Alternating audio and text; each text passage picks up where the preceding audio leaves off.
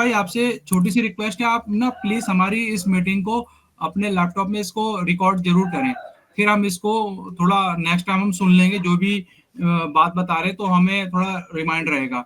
और जो साथी अभी मीटिंग में जुड़े हैं तो उनसे भी रिक्वेस्ट है कि आप सभी लोग ना आपके पास अगर पेन पेपर कुछ है तो वो भी अपने साथ लेके बैठे।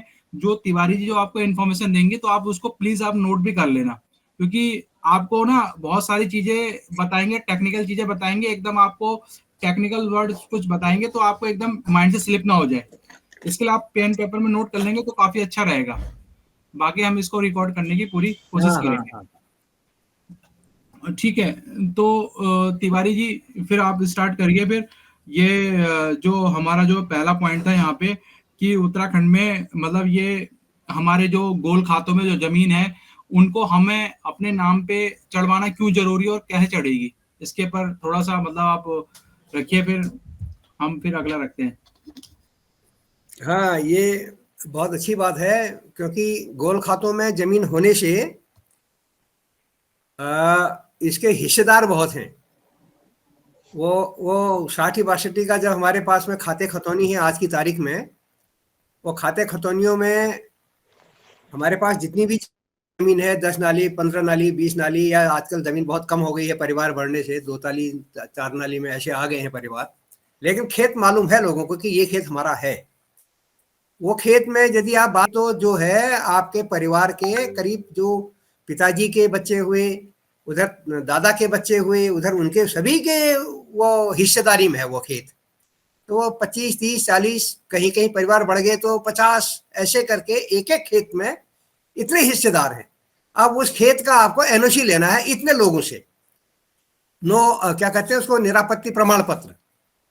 तो उसमें 2-4 लोग तो आपको मिल जाएंगे, चलो वो आपको सपोर्ट करते हैं। कई लोग तो कहेंगे क्यों करेगा, अगर जो होगा देखा जाएगा, हम लगा देते हैं इसमें।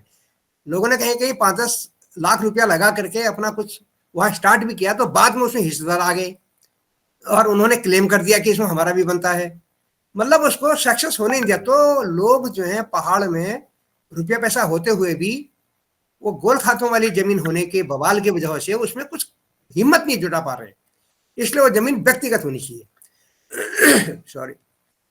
तो व्यक्तिगत होने के लिए चकबंदी जो एक्ट है उसमें ये सुविधा है, एक तो वो फ्री में हो जाते हैं खेत इधर से उधर। वरना आप एक खेत को अगर किसी भाई का है, उसको अगर अपने नाम कराना चाहते हो या अपना खेत उसके नाम कराना चाहते हो, तो उसके लिए कम से कम 15-20 हजार रुपया प्रति नाली के हिसाब से आपको रजिस्ट्री चार्ज देना होता है। अगर वो भी सड़क के साथ, कहीं स्कूल के नजदीक, कहीं आपका अस्पतालों के नजदीक अगर वो खेत है, तो वहां उसके रजिस्ट्री चार्जेस बहुत हाई हैं। तो गरीब आदमी सोचता है यार एक नाली जमीन में अपने नाम पर व्यक्तिगत करा के मैं क्या इसमें से कर लूंगा, और पहले तो व्यक्तिगत होगा भी नहीं। पटवारी लोग, ये लोग इतने ज्यादा उसमें कानूनी पचड़े फंसाए हुए हैं कि कॉमन आदमी ये सब तहसीलों में उनमें चक्कर काटते रह जाता है। तो सोचता है बवाल से छोड़ो, मैं 5-10 हजार रुपये की नौकरी कहीं कर लूंगा, और अल्टीमेटली वो गांव से पलायन को मजबूर हो जा रहा है। तो यदि वो जमीन उसको मिल जाती है फ्री में चेक के दौरान, ये चकबंदी एक्ट के दौरान, जिसके लिए हमने काफी फाइट की, और अल्टीमेटली ये ऊपर वाले की कृपा रही कि हमको चकबंदी एक्ट मिल गया 2020 से। डिपार्टमेंट को ही बोल दिया गया है कि वो ये चकबंदी का काम करेगा, लेकिन करता नहीं है कोई भी।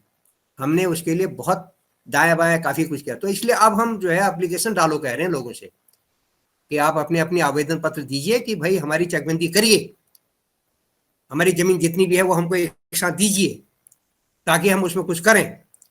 और अगर नहीं सकते हो तो जो खेत हमारा जहां है उसको आप वहीं ब्लॉक करो, वो खेत कोई बिना हमारी मर्जी के, ताकि बिके नहीं। लोगों की जमीनें बिकने लग गई हैं उल्टा, ये चकबंदी तो कर नहीं रहे हैं लेकिन खेत बेच दे रहे हैं, और खेत बेच दे रहे हैं वो हिस्सेदार कह करके, क्योंकि आपके जो 35-40 लोग हैं उस खेत के हिस्सेदार, कोई भी आदमी बेच सकता है उसको। ऐसा इन्होंने वो एक लूज फोल उसमें निकाल के रखा हुआ है, छेद करके रखा हुआ है।